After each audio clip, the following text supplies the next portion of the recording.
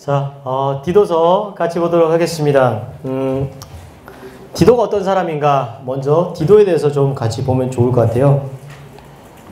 디도가 어떤 사람인가? 디도는 누구인가? 성경 안에서 나오는 디도에 대한 여러 가지 이야기들을 좀 볼 수 있을 것 같아요. 디도를 데리고 다시 예루살렘에 갔었던 헬라인 디도까지도 억지로 할례를 받게 하지 아니하였으니 디도는 할례를 받지 않았습니다. 디모데는요, 할례를 받았어요. 바울이 그렇게 했어요. 왜 그랬을까요? 의도가 있겠죠. 디모데에게는 할례가 필요한 상황이 있었을 것이고요. 디도에게는 그것이 굳이 그렇게 필요하지 않는 상황이 있었을 거예요. 할례를 하는 것이 옳습니까? 안 하는 것이 옳습니까? 옳고 그름의 문제가 아닌 거예요. 각자의 삶과 부르심의 영역에서 필요한 것들이인 거죠. 복음을 전하기 위해서. 디도를 만나지 못함으로 내 심령이 편하지 못하여 디도가 오므로 우리가 위로 받았고 우리에게 보감으로 나를 더욱 기쁘게 하는 그런 사람이, 바울에게 그런 사람이 디도입니다. 디도의 기쁨으로 우리가 더욱 많이 기뻐하는 것, 우리가 디도를 권하여 그가 이미 너희 가운데 시작하였던 같은 간절함을 디도의 마음에도 주시는, 디도로 말하면 나의 동료요 너희를 위한 나의 동역자요. 내가 디도를 권하고 디도가 너희의 이득을 취했냐? 동일한 성령을 하지 않았냐? 동일한 보조로 했었다. 같은 믿음을 따라 나의 참 아들 된 디도. 좌 디도 우 디모데, 이런 느낌이 있습니다. 그래서 정리해보면 바울의 초기 전도 여행의 동행자입니다. 헬라인 사역자로서 할례를 받지 않았고요. 바울의 아낌없는 사랑을 받는 그런 사람. 그 바울의 사역에 어려움이 부딪혔을 때 문제 해결을 위해서 바울 대신 파송받아서 해결하는, 디도는 해결사, 특별히 어려운 일들에 많이 맡겨지는 그런 사람들이었겠죠. 디도의 사역은 낙심한 바울에게 위로가 되는 모범적이고 충성스러운 사역이고, 받은 위로를 나눌 수 있는 사람, 고린도 교회와 바울 사이에서 문제를 잘 해결하고 바울에게 보고하는, 그리고 디도의 마음이 고린도 교회로 인해서 안시의 마음을 얻었었던 바울만큼이나 고린도 교회를 마음으로 아끼는 사역자. 그리고 바울이 고린도에서 연보를 받았을 때 이것을 믿고 맡기는, 어마어마한 돈을 믿고 맡겨서 이 돈이 잘 전달될 수 있게끔 하는데 디도만큼 믿을 만한 사람이 없는, 어려운 일에도 기꺼이 순종하는 바울의 동료이고 고린도 교회를 위한 동역자, 교회 사자, 그리스도의 영광, 바울의 변호를 맡은 바울의 신임을 받는 동등한 믿음을 가진 자며 영적 아들, 신뢰하고 믿을 만한 사역자. 바울의 입장에서 디도는 그런 사람이었습니다. 디도의 입장에서는요, 바울은 나의 모든 것을 맡기고 그가 나에게 말씀하시는 모든 것은 어떤 어려운 상황이 있어도 내가 그것을 넉넉하게 감당할 수 있는 그런 일을 하는. 여러분, 무언가 우리에게 어려움이 왔을 때, 특별히 힘든 문제를 내가 해결해야 되는 상황 가운데 처할 때 여러분들은 어떻게 이런 상황에 반응하십니까? 많은 사람들이 내가 이것을 할 수 있느냐 할 수 없느냐를 생각합니다. 할 수 있다면 무엇 때문에 할 수 있는지, 내가 가지고 있는 것들이 어떤 것들이 있는지를 잘 파악을 합니다. 할 수 없다면 무엇 때문에 할 수 없는지, 내가 가지고 있지 않는 것들을 쭉 파악을 해서 할 수 없다라고 판단을 하게 되는 거예요. 이런 상황 가운데 제가 드리고 싶은 말씀은, 할 수 있거든이 무슨 말이냐? 믿는 자에게 능치 못할 일이 없느니라. 누가 하는 거예요? 하나님이 하시는 거예요. 나는요, 순종하는 거예요. 내가 할 수 있느냐 할 수 없느냐는 생각하지 않는 겁니다. 하나님 나에게 하라고 하시면 생각하지 않고 계산하지 않고 그냥 순종하는 것. 그러면 그것이 이루어지든 이루어지지 않든 그거는 누구의 일이에요? 하나님의 일이에요. 이것이 안 이루어짐에 대해서 책임은 누가 져요? 하나님이 주신 거예요. 그럼 내가 할 책임은요, 할 거냐 안 할 거냐에서 하면 내가 할 일을 다 한 거예요. 안 하면 내가 할 일을 안 한 거고요. 근데 그 결과는요, 그거는 하나님의 일인 거예요. 복음을 전할 때 예수 믿으세요라고 전하는 것은 나에게 맡겨진 일이니까 하는 거예요. 그걸 듣고 그 사람이 믿을지 안 믿을지는 하나님이 하시는 거예요. 근데 우리는 많은 경우에 어떻게 합니까? 내가 모든 것을 책임지려고 그래요. 세상을 여러분들이 구원하려고 애쓰지 마십시오. 여러분들의 역할은 세상을 구원하는 게 아닙니다. 하나님의 뜻에 순종하는 거예요. 저의 역할도 그렇고요. 우리는 영웅이 아닙니다. 세상을 구원하는 사람들이 영웅이잖아요. 영웅은 하나님이세요. 근데 그 하나님이 놀랍게도 우리랑 같이 일하시는 거예요. 그래서 우리를 영웅 만들어 주시는 거죠. 세상을 구원하려고 하지 마십시오. 제가 이번 주에 월요일 날 받은 큰 은혜를 받은 성경 구절이 하나 있습니다. 시편 131편인데요. 이거 지금 몇 번째 이야기하는지 모르겠어요. 너무 은혜를 많이 받아서. 같이 한번 찾아볼까요? 시편 131편 1절. 새벽에 묵상하면서 제가 깨달은 그 놀라운 은혜입니다. 찾으시면 같이 한번 읽어볼까요? 시작. 여호와여, 내 마음이 교만하지 아니하고 내 눈이 오만하지 아니하오며 내가 큰 일과 감당하지 못할 놀라운 일을 하려고 힘쓰지 아니하나이다. 교만하고 오만한 사람은 어떤 일을 하려고 한다고요? 큰 일을 하려고 해요. 또 어떤 일을 하려고 합니까? 세상이 감당하지 못한 일을 하려고 하는 거예요. 내 힘으로 그것들을 하려고 하는 것이 교만이고 오만함이라는 거예요. 뭐가 겸손한 겁니까? 큰 일을 하려고 하지 않는 것. 세상이 감당하지 못할 놀라운 일을 하려고 힘쓰지 않는 게 겸손한 거예요. 그럼 그런 일은 누가 하는 거예요? 하나님이 하시는 거예요. 나는 그냥 내가 할 수 있는 것만 그냥 하면 돼요. 그래서 내가 하는 게 아니라 하나님이 하시는 큰 일. 나는 그 큰 일에 그냥 도구. 근데 하나님은 그 큰 일의 영광을 나에게까지 허락하시는 거죠. 세상이 감당하지 못할 그런 놀라운 일을 하려고 애쓰지 마십시오. 큰 일을 하려고 애쓰지 마십시오. 하나님이 하시는 거예요. 하나님이 하시면 큰 일도 이루어지고 세상이 감당하지 못할 놀라운 일도 이루어집니다. 내가 하려고 하니까 안 되는 거예요. 하나님이 하시게끔 하나님께 내어드리세요. 내 역할은요, 그냥 하나님이 뭐라고 하시면 네, 그거 할게요. 그냥 그렇게 하루하루 순종하면서 사는 것. 그게 하나님 보시기에 큰일이에요. 그게 하나님 보시기에 세상이 감당하지 못할 삶을 사는 거예요. 우리는 하나님이 우리를 세상을 구원하는 영웅으로 부르신 것이 아닙니다. 그 일에 동역하는 동역자로 부르신 거예요. 그래서 나에게 주어진 일 하루하루를 감당하면 됩니다. 디도는 할 수 없는 일들을 많이 맡았어요. 어렵고 힘든 일들. 근데 디도가 한 번도 못할 것 같은데요 라고 한 적이 없는 것 같아요. 그러니까 바울이 믿고 그냥 계속 시키는 거죠. 디도는 어떤 마음으로 그 일을 했겠습니까? 아무 생각 없이 그냥 하는 거예요. 아버지와 같은 바울이 하라고 하니까 그 결과에 대한 책임을 누가 진다고요? 아버지 같은 바울이 책임진다는 거예요. 그리고 그 위에 하나님이 책임지신다는 거예요. 그러니까 디도는 책임이 없으니까 마음 편하게 순종하고 그냥 충성하는 거예요. 근데 놀라운 거는 순종하고 충성했더니 그 일이 된다는 겁니다. 세상을 구원하려고 애쓰지 마십시오. 큰 일을 해야 된다는 부담 갖지 마십시오. 그냥 하나님의 뜻에 하루하루 순종하고 충성하십시오. 그러면 결과적으로 큰 일과 세상이 감당하지 못할 일이 저와 여러분들의 손길을 통해서 이루어질 것 같아요. 디도서 이해를 위한 배경 지식 바울이 썼습니다. 62년에서 64년쯤 되는 것 같아요. 니고볼리로 가는 중이죠. 이걸 통해서 알 수 있는 것은 바울이 감옥에 갇혀 있거나 아니면 어딘가에 매여 있는 상황은 아닌 것 같아요. 니고볼리는 이렇게 되어 있습니다. 혹시 니고볼리 어딘지 보이시나요?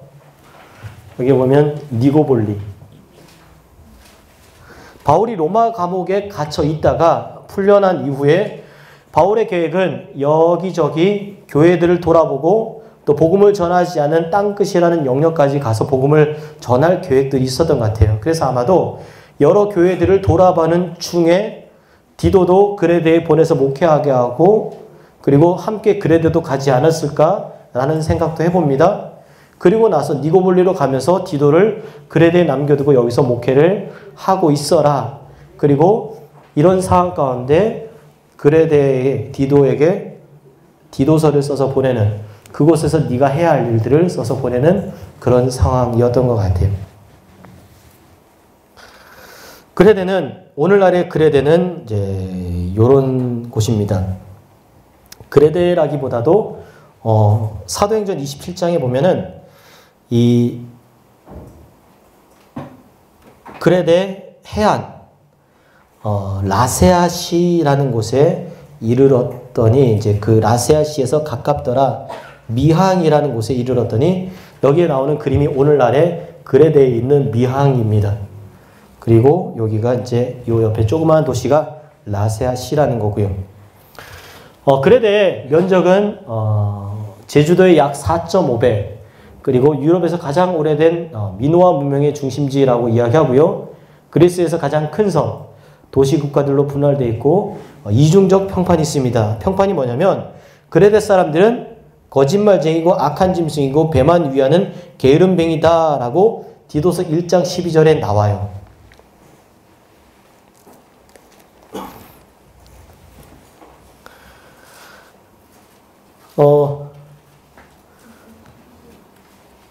할레파, 유단의 허탄 이야기, 진리를 배반하는 그런 사람들이 그레데에 있었던 것 같아요. 어리석은 변론이나 족보 이야기, 분쟁, 율법에 대한 다툼, 이단의 문제들이 그레데 교회들 가운데 있었습니다. 에베소 교회와 크게 다르지 않는 그런 느낌이 있죠. 그레데 교회도 에베소 교회도 이러한 여러 가지 교회 안에 있는 그런 문제들을 이야기를 합니다. 예수님 당시에 그레데 사람들이 도덕적으로 굉장히 타락해 있었다라고 이야기를 해요. 그래서 고린도인처럼 행동하다라는 것은 굉장히 성적으로 타락되어 있다라는 표현인데, 그레데인 같다라는 이야기라는 것은 거짓말쟁이다라는 그런 표현이었다는 거예요. 제주도 사람들은 육지 것들이라는 표현을 합니다. 왜 그렇게 표현할까요? 그 제주에 온 사람들, 오늘날은 그렇지 않지만, 최근엔 그렇지 않지만, 불과 이제 수십 년 전만 해도 제주도에 가는 사람들은 주로 망해서 도망가거나 아니면 죄를 지어서 숨기 위해서 가거나 이런 사람들이 많이 갔다고 해요. 그러다 보니까 그런 사람들이 제주에 있다가 제주에서 이렇게 살다가 또 몰래 도망가기도 하고 제주에 있는 사람들을 사기치기도 하고 뭐 이런 일이 많이 있었다고 합니다.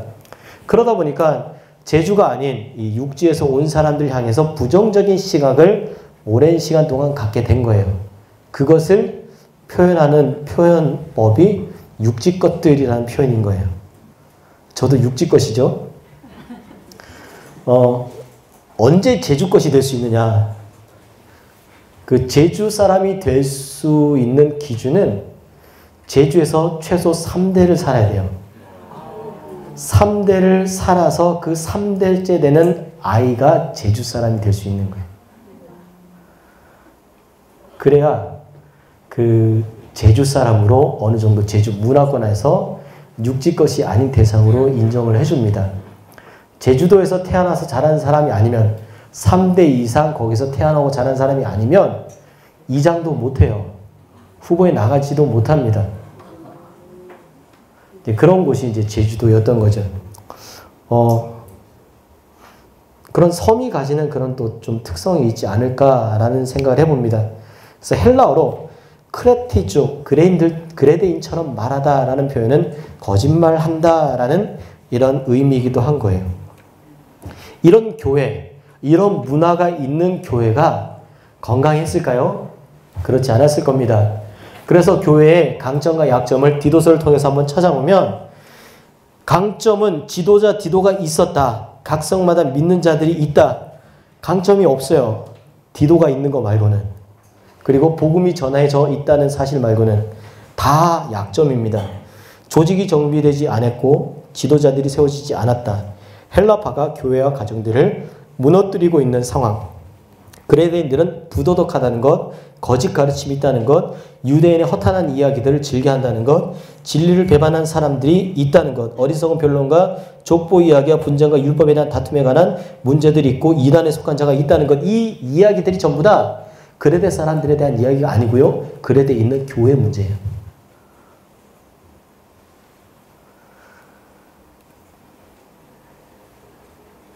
우리 교회는 이렇지 않다고 자신에게 말할 수 있었으면 좋겠습니다. 하나님의 은혜 안에서 바른 교훈을 따라 선한 일을 행하는 하나님의 백성의 삶을 살아야 한다. 바른 교훈, 선한 일. 바른 교훈이 뭡니까? 하나님의 뜻. 선한 일은요, 그 뜻을 이루는 것. 그래서 하나님의 백성은 하나님의 말씀대로 순종하면서 살아야 되는 거예요.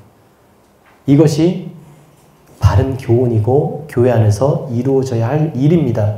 그런데 내 생각, 내 의, 나의 판단, 내가 볼 때 이런 것들이 들어온 순간 하나님의 뜻이 사라지는 거예요. 순종이 아니라 내가 하고 싶은 것을 하게 되는 삶이 되는 거예요. 디도에게 부여진 임무, 각성의 장로들을 세우고 교인들을 바른 교훈으로 가르쳐 경건한 삶을 살게 하는 것이 바로 디도의 임무이고 이것들을 완수하고 격려하게끔 하는 의도로 디도서가 쓰여졌습니다. 그리고 거짓 교사들의 잘못된 가르침을 어떻게 대응할 것이냐, 어떻게 반응할 것이냐, 그들에게 어떤 바른 가르침을 할 거냐. 디도서의 구절을 크게 두 개로 나눌 수 있는데요. 바른 교훈으로 성도들을 세워라. 그러면 그들로 하여금 선한 일을 행하게 하라. 하나님의 말씀을 알게 해라. 말씀을 배우고 깨달았으면 그대로 살게 해라. 하나님의 말씀을 알고 그렇게 살아가는 삶을 사는 것. 이거 어딘가 교회에서 진행되는 어떤 이와 비슷한 학교 있지 않습니까? JDBS라는 학교요. 하나님의 말씀을 공부하고 그리고 말씀대로 살면서 적용하는 거예요. 똑같아요. 말씀 알고 그대로 사는 것. 이게 제일 중요한 거예요. 바른 교훈으로 성도들을 세워라. 바울과 디도. 바울이 이렇게 이야기합니다. 내가 사도인데 내가 사도가 된 목적이 있고 영생의 소망이 되라 전도를 명하신 하나님 말씀대로 믿음대로 내가 그렇게 산다. 근데 너도 같은 믿음을 따라 그렇게 됐다는 거예요.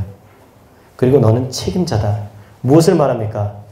내가 그렇게 사는 것처럼 너도 똑같은 거야. 내가 사도로 사는 것처럼 너도 사도로서 살아가는 것과 동일한 마음으로 사는 거야. 내가 리더로 살아가는 것처럼 너도 리더로 살아가는 거고 내가 지도자로 살아가는 것처럼 너도 지도자로 사는 거고 근데 이것이 그리스도로부터 나온 한 믿음이라는 거예요. 이것이 바로 사역자의 정체성이라는 겁니다. 우리가 하나님께서 주신 귀한 사역들을 감당함에 있어서 어떤 정체성을 가져야 됩니까? 내가 누구에게 배웠는데 이것들을 한번 거슬러 올라가 보자고요. 그러면 어디로 갑니까? 결국 예수님으로 가게 되는 거예요. 예수님이 가르친 그 가르침, 그것이 제자들에게, 사도들에게, 제자들에게 2000년이 지나서 저와 여러분들에게. 결국 우리는 누구에게 배우는 겁니까? 예수님에게 배우는 거예요. 그럼 우리는 어떻게 살아야 되는 거예요? 예수님처럼 살아야 되는 거예요. 그것이 바로 우리의 정체성이라는 겁니다. 제자들의 삶의 정체성, 주님처럼 살아가는 삶을 사는 거예요. 그래서 바울도 디도에게 그 얘기하는 거예요. 네 정체성은 그런 거다. 그리스도 예수로부터 나온 정체성이다. 그리고 장로를 세워야 된다고 합니다. 책망할 것이 없는 자, 한 아내의 남편, 방탕하다는 비난을 받거나 불순종한 일이 없는 믿는 자녀를 둔 자. 감독은 책망할 것, 고집대로 하지 않고 분내지 않고 술을 즐기지 않고 구타하지 않고 더러운 이득을 탐하지 않고 나그네를 대접하고 선행을 좋아하고 신중하고 의롭고 거룩하고 절제하고 미쁜 말씀의 가르침을 잘 지키는 사람들. 첫 번째로는 뭐가 중요하면 개인적인 도덕성이 있어야 되는 거예요. 그리고 가정 안에서 부부와의 관계, 그리고 부부와의 관계뿐만 아니라 자녀와의 관계, 그리고 이웃과의 관계, 이런 영역에서 하나님의 올바른 기준으로 그 가치들을 가지고 살아가는 삶을 사는 거예요. 작년에 혹시 저랑 같이 신명기 공부하신 분들 기억나십니까?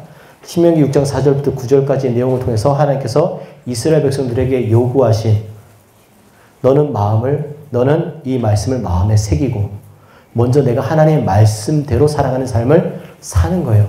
그 다음에 두 번째가 부지런히 자녀에게 가르치고, 가르치는데 이마에 메고 팔에 감고 문설주에 붙이고, 그래서 생각할 때 하나님의 말씀에 기반된 생각, 그리고 행동할 때 손에 감는다는 걸 통해서 하나님 말씀에 기반된 행동, 문설주에 붙인다는 걸 통해서 내가 집문을 나섰을 때 사회적인 공동체 안에서 하나님의 말씀에 기반된 삶을 사는 것, 집안으로 들어올 때 하나님의 말씀에 기반되어서 아버지가 아버지답게, 엄마가 엄마답게 하나님의 말씀에 기반된 엄마로서, 아빠로서, 자녀들로서 살아가는 것.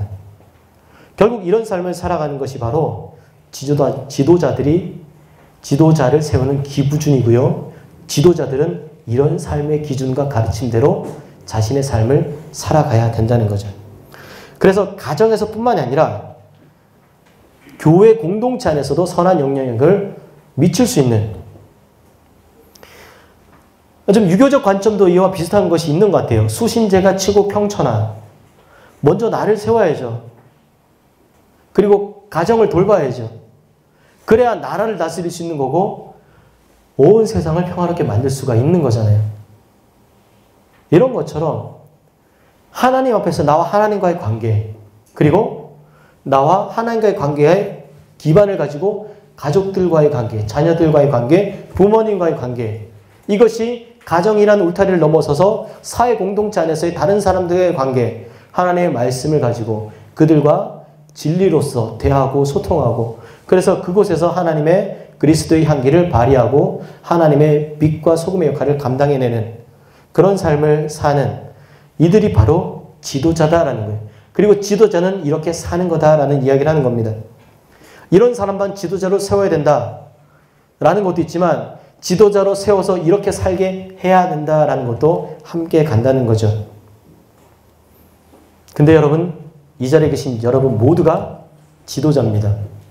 이렇게 사십시오. 이렇게 사실 수 있습니다. 나는 못하지만 나와 함께 하시는 성령께서 나를 그렇게 살게 하시는 거예요. 그레데 교회에 문제를 일으킨 사람들이 있었어요. 불순종하고 헛된 말을 하고 속이고 그 중에 할례파들이 많았습니다. 할례파들이 주장하는 것이 무엇이었겠습니까? 할례 받지 않으면 구원받지 않는다, 못한다, 그러니 할례 받아야 된다라고 이야기를 하는 거예요. 또 그렇게 이야기할 때는 할례 받은 사람들과 그렇지 않은 사람들에 대한 은근한 구분함과 벽이 있는 거죠. 이런 것들이 교회 안에 분쟁과 문제를 일으키는 거예요. 그리고 더러운 이득을 취하려고 마땅하지 아니한 것을 가르쳐서 가정들을 무너뜨립니다. 이런 이들이 가정을 무너뜨리는 역할을 하는 거예요. 이러면 안 된다, 저러면 안 된다, 이런 이야기를 하는 것이 결국 가정이 무너지는 일을 하게 된 거죠. 거짓말쟁이며 악한 짐승이며 배를 위하는 게으름뱅이, 믿음이 온전하지 못하고 유대인의 허탄한 이야기, 진리를 배반하는 사람들의 명령을 따르는 거예요. 더럽고 믿지 아니하는 자들, 하나님을 시인하나 행위로는 부인하고 가증하고 순종하지 않고 모든 선한 일을 버리는 자예요. 그래서 야고보서에서 너희가 믿는다면 믿음의 삶을 보여라라고 요구를 하는 거잖아요. 믿는다고 하면서 자신의 것을 챙기고 배만 위하고 나만 잘 살고, 이게 정말 믿는 자의 삶의 모습인가? 아니지 않느냐라는 거예요. 믿는다면, 사랑이 있다면 그 사랑이 드러나서 사람들에게 선한 영향력으로 드러나야 되는데, 그렇지 않다면 믿는다고 하면서도 진짜 믿는 사람이 아닐 수 있다는 거예요. 거짓 스승들일 수 있다는 겁니다. 하나님을 시인하나 믿는다고는 하지만 그렇게 살지는 않는,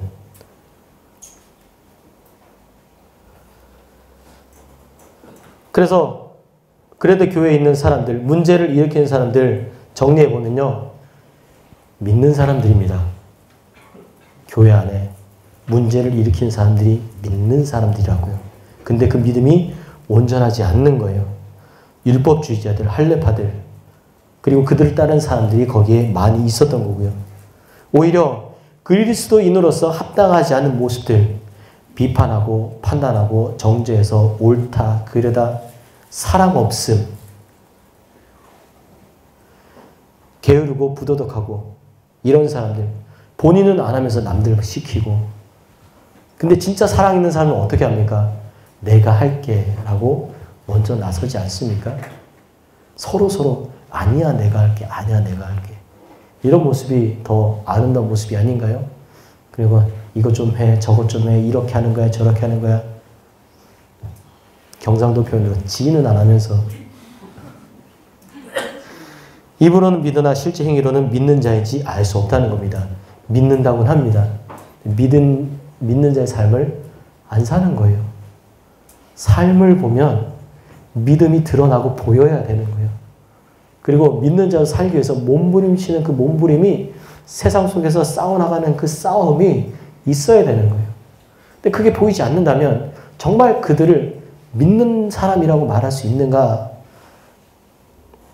올바른 믿음이라는 것은 외형적으로 그 무언가를 갖추는 게 아니라는 거죠. 겉보기에 경건해 보이고 도덕적인 그런 모습이 아니라 실질적으로 삶에서, 그 사람의 삶에서 아름답고 선하고 그런 열매들이 맺혀나가는, 그게 진짜 경건이고 하나님을 경외하는 것이고 이것이 믿음이라는 거예요.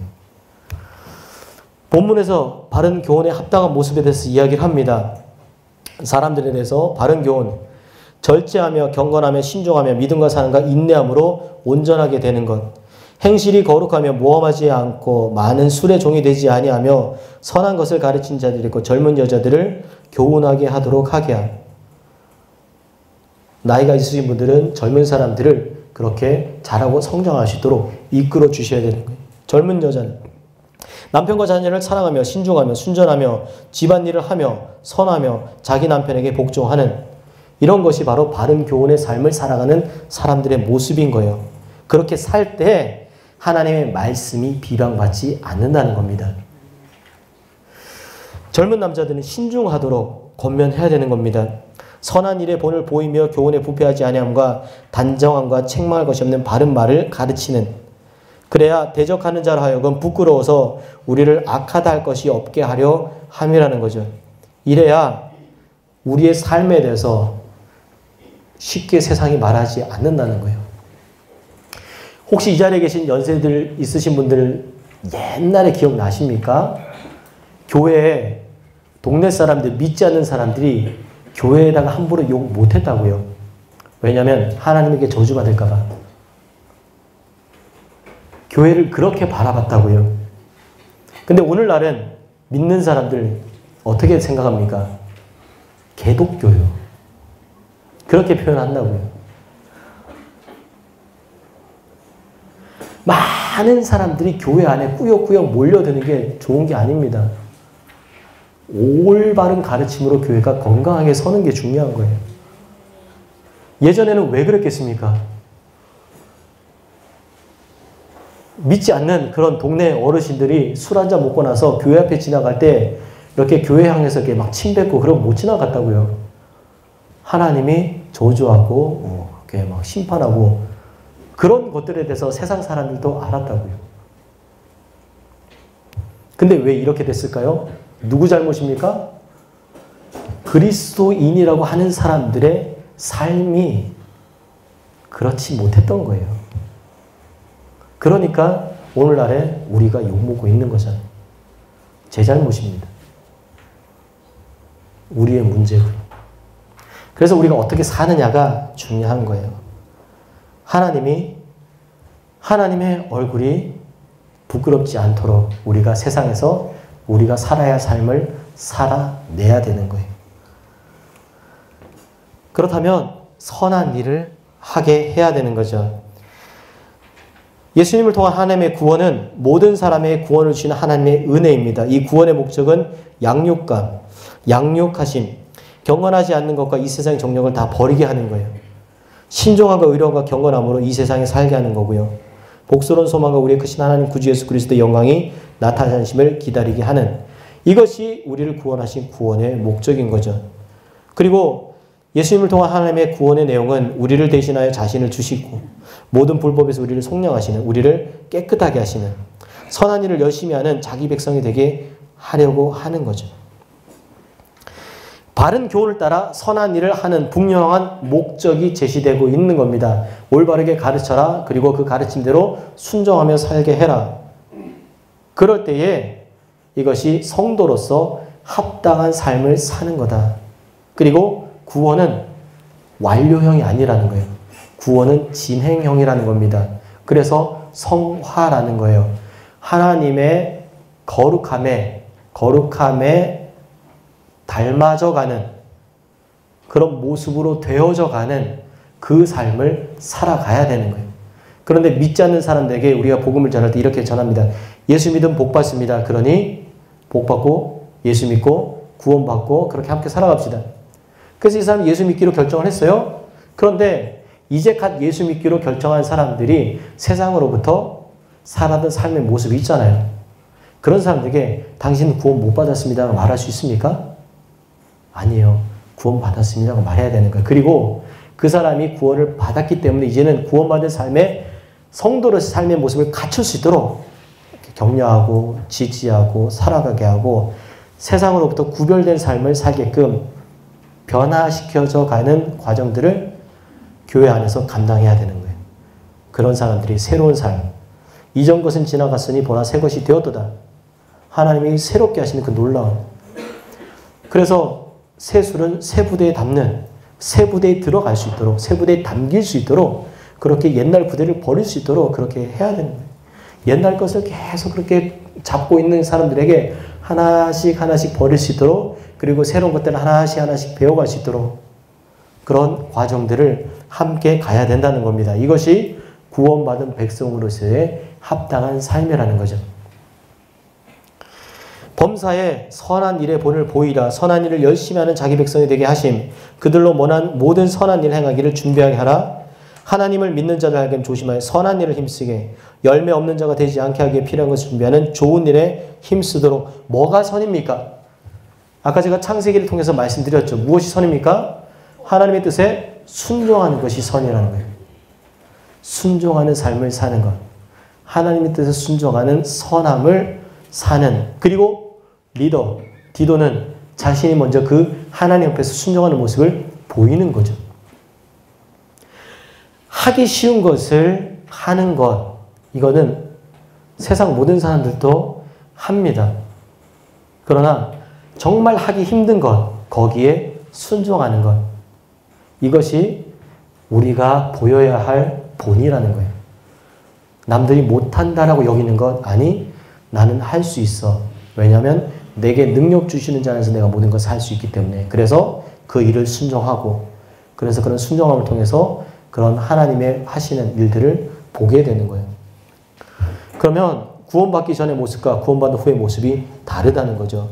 구원받기 전에는 어리석고 순종하지 않고 속았고 여러 가지 정욕과 행락의 종로로 됐고 피차 미워했지만, 전에는, 그러나 이제는, 구원받은 후에는 국률하심을 따라 중생의 시선과 성령의 새롭게 하심으로 예수 그리스도 말미암아 성령을 풍성히 부어주심으로 은혜에 힘입어 의롭게 되고 영상의 송을 따라 상속자가 되는 삶을 살게 된다는 거예요.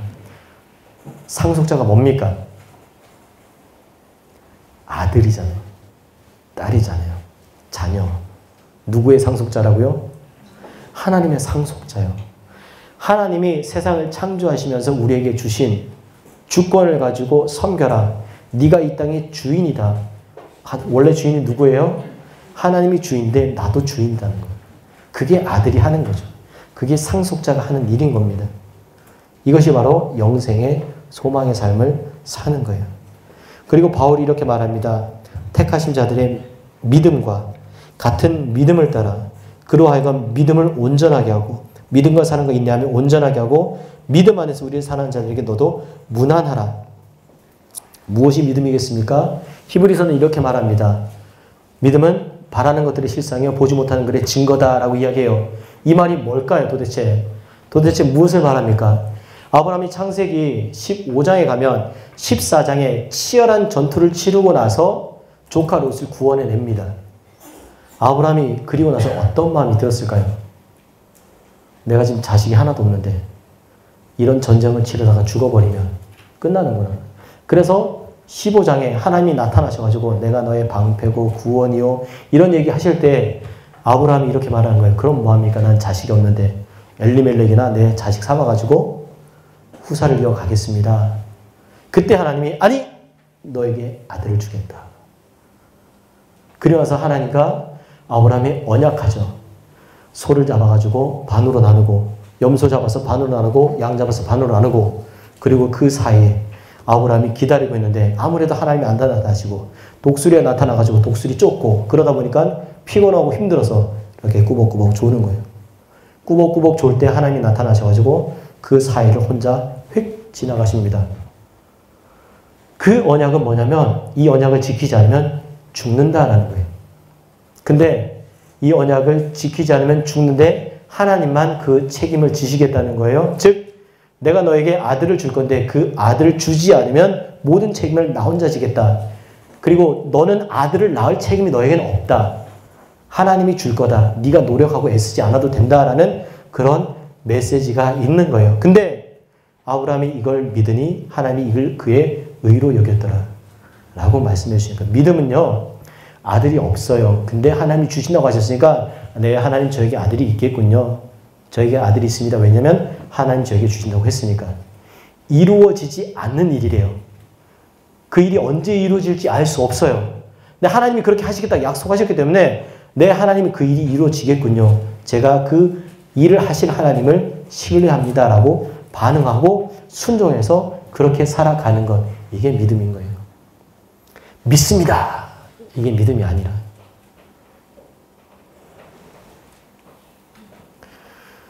그래서 이러한 믿음이 중요하다. 이런 믿음의 삶을 살라고 이야기하는 거죠. 나그네 대접은 디도서 1장 8절과 디모데후서 3장 2장의 감독의 조건에 모두 등장하는 중요한 덕목입니다. 왜 교회 공동체의 리더를 세우는 조건에 나그네 대접이라는 중요한 조건이 제시되겠습니까? 나그네를 접다는 게 뭐예요? 그 사람의 생명을 소중히 여기는 거잖아요. 나의 생명도 소중히 여기는 거고요. 그 사람의 생명을 소중히 여기는 것이 하나님에게 어떤 의미가 있겠습니까? 그 사람도 하나님이 사랑하는 하나님의 자녀라고요. 이 세상 모든 사람이 하나님의 자녀가 아닌 하나님의 백성이 아닌 사람이 없습니다. 구원받지 못할 자격이 없는 사람은 아무도 없는 거예요. 그런 사람들에게 하나님의 마음으로 그들을 대하는 것. 이것이 바로 중요한 덕목이 되는 거예요. 하나님의 마음을 이 땅에서 나의 가정 안에서 내가 그것을 드러내는 것. 이것이 나그네 대접인 거죠. 그래서 이러한 나그네 대접이 리더, 지도자들의 중요한 덕목 중에 하나가 되는 거예요. 결국 뭡니까? 나만 위해 살지 말라는 거잖아요. 베풀고 나누고 섬기고 다른 사람들을 돌보면서 사는 것. 이것이 바로 리더로서 하나님 나라의 리더로서 지도자로서 살아가야 될 삶인 겁니다. 하나님의 은혜 안에서 바른 교훈을 따라 선한 일을 행하는 하나님의 백성의 삶, 바른 교훈으로 선한 일을 하는 하나님의 올바른 가르침대로 순종하는 삶을 사는 것이 하나님의 백성의 삶이다라고 이야기를 합니다. 디모데후서 바울이 썼고요. 복음을 전하는 삶을 살다가 바울이 로마 감옥에 갇힙니다. 두 번째 로마 감옥에 갇혀요. 그랬을 때 이제 바울은 자신의 죽음을 어느 정도 느낍니다. 그리고 나서 죽기 전에 유언처럼 마지막으로 디모데에게 편지를 쓰고 자신의 인생을 마무리해요. 얼마 전에 영화 바울이 상영이 됐습니다. 제가 봤는데요. 거기에는 사도행전이 로마 감옥에 갇혀 있을 때를 전제하고 그렇게 영화가 진행이 되는 거예요. 그러다 보니까 누가가 계속 이제 받아쓰고 이런 이야기가 나오죠. 그 감옥에서 누가가 2개의 서신을 받아옵니다. 혹시 영화 보신 분들 기억나세요? 하나가 사도행전이라면 하나는 디모데후서가 되는 거예요. 그런 마지막으로 유언처럼 내 사랑하는 아들에게 마지막으로 남기는 편지 글이 디모데후서입니다. 에베소의 특성 우리가 아까 함께 봤고요. 디모데후서를 통해서 드러나는 에베소 교회의 강점과 약점이 있습니다. 좋은 리더들이 있다는 것, 충성된 일꾼이 있다는 것이 교회의 강점이라면 약점은 복음을 전한 자가 감옥에 갇혀 있는 상황, 말다툼이 있고 망령되고 헛된 말을 하는 자가 있다는 것, 디모데의 청년의 정욕이 있다는 것, 거역하는 자가 있고 어리석은 여인을 유인하는 자, 거짓 교사, 구리세공업자 알렉산더가 있고 경건의 능력을 부인하는 자들이 있다는, 전서와 비교하면 후서가 그래도 좀 상황이 나아진 것 같아요. 어떤 일이 있었을까요? 중간에 디모데가 바울의 가르친 대로 말씀을 잘 가르치고 있었던 것 같아요. 그렇지만 아직 완전하지는 않는 거죠. 무언가 좀 아쉽고 부족함이 있는 그런 상황 가운데 바울이 나는 고난 가운데 살고 있다. 그런데 그리스도인으로서 사는 삶은 언젠가는 고난이 올 것이다. 그럴 때에 흔들리지 말고 충성되이 섬기며 하나님 말씀 전하는 삶을 살아라 라고 이야기를 합니다. 바울이 옥에 갇힌 것이 부끄럽지 않는 일이라는 거예요. 그러면서 디모데에게 격려합니다. 교회를 핍박하는 자들에게 디모데가 잘 가르치기를 소망합니다. 고난의 역경 가운데 바르게 거하기 위해서, 고난의 때에 말씀을 전하기 위해서 복음으로 고난을 받는 것, 충성된 자들에게 복음이 전수되게 하는 것, 디모데가 오는 것과 개인적인 부탁들, 4개의 이야기를 합니다. 복음을 부끄러워하지 말고 고난을 받으라. 그리고 충성된 사람들에게 부탁하라. 혼자 사역하지 마라. 동역자들과 함께 동역하며 살아라. 배우고 확신한 일에 거하라. 네가 무엇을 배웠느냐? 어려서부터 무엇을 배웠는지 그 배우고 확신한 일 가운데 거하라. 그리고 마지막으로 말씀을 전하라 라고 마칩니다. 우리 이 이야기 하나 좀 하고 싶어요. 바울과 디모데가 언제 처음 만났을까요? 사도행전에 바울과 디모데가 처음 만났을 때, 바울과 디모데가 함께 사역을 시작한 때, 2차 전도행 때 루스드라에서 바울이 디모데를 데리고 갑니다. 할례 받게 하고 데려가요. 그런데 그 루스드라는 바울이 처음 방문한 곳이 아니죠. 언제 방문했습니까? 1차 전도여행 때 루스드라를 방문합니다. 그때 바울과 바나바가 함께 방문해요. 어떤 일이 일어납니까? 그때에 걷지 못하는 사람을 일으켜서 걷게 하는 놀라운 기적을 일으킵니다. 그때 동네 사람들이 나오고 바울과 바나바를 향해서 에르메스와 제우스다라고 이야기하고 제사를 드리려고 해요. 그런데 바울과 바나바가 아니다, 우리는 그런 사람들 아니다 라고 이야기하면서 복음을 전하려고 합니다. 루스드라에는 오래전부터 전설이 있었어요. 옛날에 제우스와 에르메스가 사람의 모습을 하고 루스드라에 나타났는데 동네 사람들이 아무도 반갑게 맞이하지 않았대요. 그런데 유일하게 가난한 노부부 2사람이 이 사람들을 집으로 맞아들이고 따뜻한 환영을 해줬대요. 그래서 에르메스와 제우스가 화가 나가지고 이 2사람을 제외하고 그 마을 사람들을 다 죽여버렸답니다. 그리고 이 노부부를 에르메스와 제우스를 섬기는 제사장으로 삼았대요. 이것이 루스드라라는 지역에 오래전부터 내려오는 전설이었어요. 그러다 보니까 그 동네 사람들에게 늘 기대하고 소망하고 바라는 것이 있었겠죠. 뭐가 있었겠습니까? 언젠가 제우스와 에르메스가 또다시 우리에게 나타나면 그들을 잘 섬겨야 되겠다. 아니면 죽을 수도 있다. 그런데 인간이 할 수 없는 놀라운 기적과 기적을 행하는, 한 명은 말 잘하는 사람, 그리고 한 명은 리더십을 가진 사람. 루스드라 1차 전쟁 갔을 때 누가 리더입니까? 바나바가 리더예요. 그 바나바 풍채 좋고 리더. 그러니까 제우스. 바울은요 말 잘하고, 그러니까 에르메스. 2사람이 제우스와 에르메스구나 라고 섬기려고 한 거예요. 근데 바울과 바나바가 우리는 그런 사람 아니다 그러면서 뭘 말합니까? 복음을 말하는 거잖아요. 그 복음의 내용이 뭡니까? 당신들이 섬기는 신은 진짜가 아니라 가짜다. 진짜는 뭐예요? 예수 그리스도다라고 말할 때에 유대인들이 그 사람들의 이야기를 이렇게 바꿔서 사람들을 마음을 이제 요동하게 합니다. 뭐라고? 우리가 믿는 신이 진짜가 아니라고? 그러면서 복음을 받아들이는 게 아니라 기분이 나빠하는 거예요. 그래서 돌로 쳐서 죽이려고 하는 겁니다. 그래서 바울이 돌에 맞서서 거의 죽을 뻔하잖아요.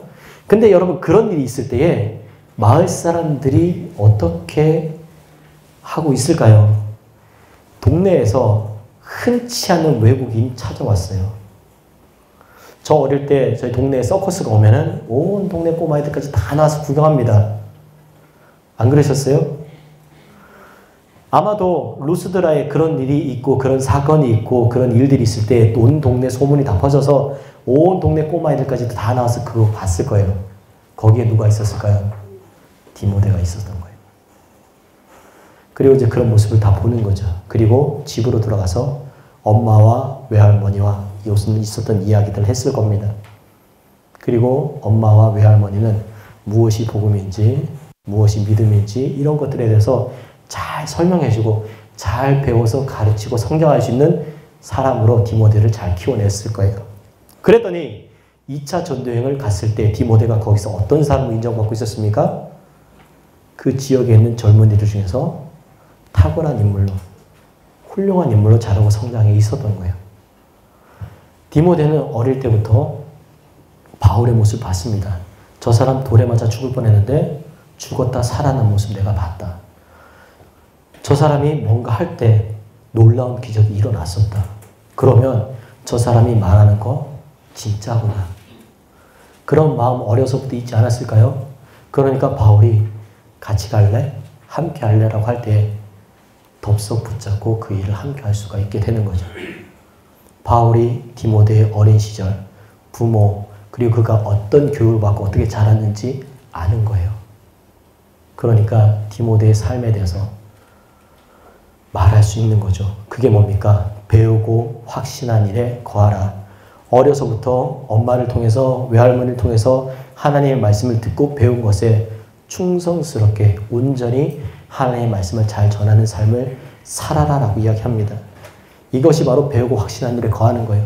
그런데요, 우리가 세상을 살다 보면은 때로는 내가 배우고 확신했다고 하는 것이 안 될 때가 있어요. 이렇게 하는 것이 맞다고 아는데 실질적으로는 그것이 안 된단 말이죠. 그럴 때마다 이게 문제가 생기고 그것 때문에 트러블이 일어나는 일들이 있다는 거예요. 내가 믿는 그 중요한 가치들이 모든 사람들이 거기에 대해서 반발하고 아니라고 이야기하고 나를 힘들게 하고 어렵게 하고 공격하고 그럴 때가 온다는 거죠. 그럴 때에 그 배우고 확신한 것에 흔들리지 않는 말씀을 전하는 삶을 살아야 한다는 이야기를 합니다. 이거 하나 이야기하고 마치겠습니다. 그래서 바울이 이렇게 이야기합니다. 너는 모든 일에 신중하여 고난을 받으며 전도자 일을 하며 내 직무를 다하라. 모든 일에 신중하라는 겁니다.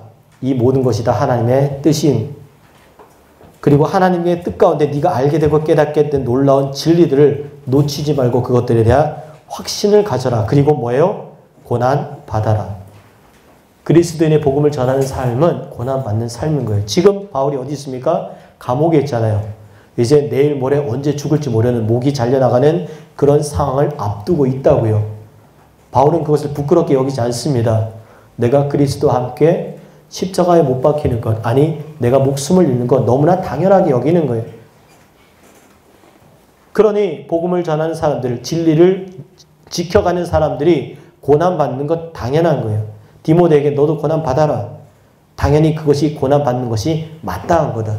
이 자리에 계신 여러분들 고난 받으십시오. 당연한 겁니다. 그러나 두려워하지 마세요. 고난을 없애는 것이 아니라 고난이 왔을 때 그 고난을 넉넉하게 감당할 수 있는 믿음과 힘을 하나님께 구하는 거예요. 우리의 삶에 고난이 없게 해주십시오가 아니라 내 삶에 어떤 고난이 오더라도 그 고난을 넉넉하게 감당할 수 있는 믿음과 삶이 있기를 소망합니다. 이게 우리의 기도가 되어야 되는 거예요. 그래서 고난을 받지만 무엇을 합니까? 전도자의 일을 하는 거예요. 복음을 전하는 일을 하는 겁니다. 말씀을 가르치는 일을 하는 거예요. 이것이 직무를 다하는 삶인 거예요. 이것이 바울이 디모데에게 유언처럼 하는 겁니다. 뭡니까? 잘 먹고 잘 살라가 아닌 거예요. 하나님의 뜻 가운데 올바른 가르침대로 순종하며 그렇게 살아가는 것. 이것이 우리의 사명이고 소명이라는 거죠. 그래서 고린도후서 7장 10절에 바울이 자신을 이렇게 말합니다. 다 같이 한번 읽어볼까요? 시작. 우리는 속이는 자 같으나 참되고 무명한 자 같으나 유명한 자요 죽은 자 같으나 보라 우리가 살아있고 징계를 받은 자 같으나 죽임을 당하지 아니하고 근심하는 자 같으나 항상 기뻐하고 가난한 자 같으나 많은 사람을 아무것도 없는 자 같으나 모든 것을 가진 자 같다. 이것이 우리의 정체성이 되었으면 좋겠습니다. 이것이 우리가 하나님께서 주신 귀한 사역들을 감당하는 그런 우리의 삶의 기반이 되었으면 좋겠습니다. 기도하겠습니다. 하나님 감사합니다. 하나님, 우리는 참되고 유명하며 살아있으며 죽임을 당하지 아니하고 항상 기뻐하고 많은 사람을 부요하게 하고 모든 것을 가진 사람들입니다. 이렇게 살기를 소망합니다. 이렇게 살 수 있도록 나는 그렇게 살 수 없으나 성령 하나님께서 이렇게 살아갈 수 있도록 우리와 함께하여 주옵소서. 그래서 큰 일을 하려고 하는 것이 아니라 세상이 감당하지 못하는 것을 하려고 하는 것이 아니라 하나님이 그 일을 하시도록 나를 온전히 내어드려 순종하는 삶을 살아가는 저와 이 땅에 이 자리에 함께 공부하시는 모든 분들 될 수 있도록 축복하여 주옵소서. 예수님 이름으로 기도합니다. 아멘. 감사합니다.